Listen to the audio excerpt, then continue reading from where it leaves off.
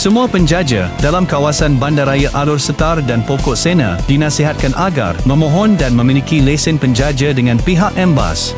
Datuk Bandar Alor Setar Yang Berbahagia Datuk Haji Abdul Ghaffar berkata, pihak Embas tidak pernah menghalang mana-mana penjaja terutamanya peniaga kecil untuk berniaga demi kelangsungan hidup dengan syarat memohon lesen penjaja terlebih dahulu. Menurut beliau, keperluan untuk mempunyai lesen adalah termaktub di dalam undang-undang dan lesen penjaja ini penting bagi memastikan pihak Embas dapat merekod data semua penjaja dalam kawasan Embas dan dapat mengawal sedia aktiviti penjaja bagi mengelakkan sebaran aduan daripada orang awam berkenaan masalah penjaja berkaitan halangan lalu lintas, kacau ganggu di jalan raya, kegagalan menguruskan sampah yang sempurna, kekotoran yang mengakibatkan risiko keracunan makanan dan penjaja yang meninggalkan peralatan berniaga sehingga menjadikan kawasan bandaraya tidak tersusun dan kemas.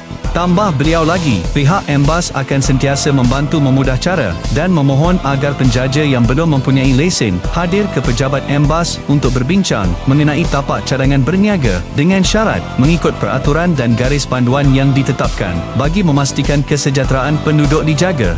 Borang permohonan lesen penjaja boleh didapati dari portal Embas dan sila kemukakan semula borang yang lengkap diisi. Permohonan yang lengkap akan dipertimbangkan oleh bahagian pengurusan pasar dan penjaja dan akan diproses dalam tempoh 14 hari.